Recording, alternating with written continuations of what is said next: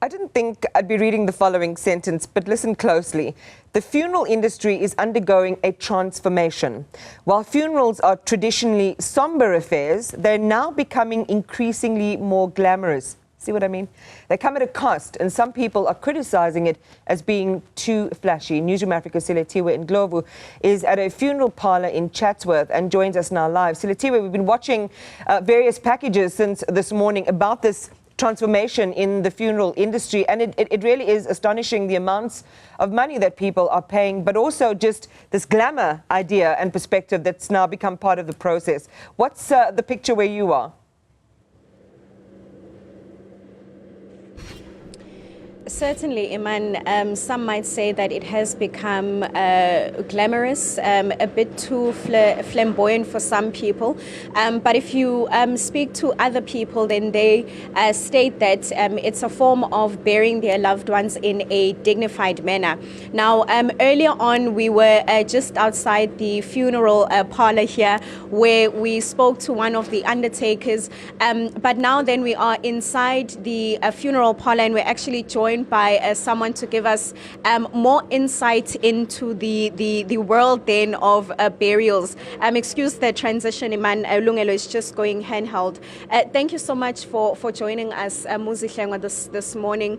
Firstly, just to start off, speak to us about how big the funeral industry is when you are looking at South Africa. First, I would like to start by greeting your viewers at home and yourself. Look, the industry has evolved over the years. It's no longer the case of people mourning the dead, as I always will put it. They are now celebrating the lives they've spent with those who have passed on.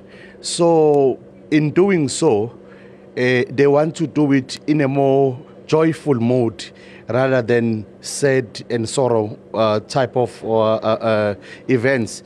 They are then willing to spend whatever they could in order to celebrate the life of the late.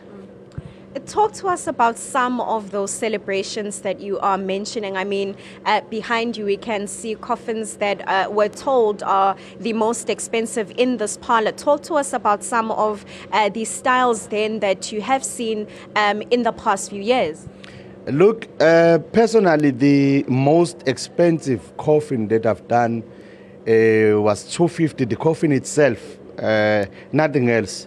Then you'll understand after the coffin comes the vehicles, come the flowers and everything else that you may think of.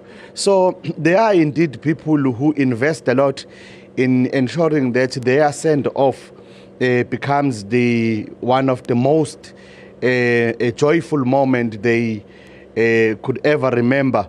You know, I am burying my sister, blood sister, on Sunday.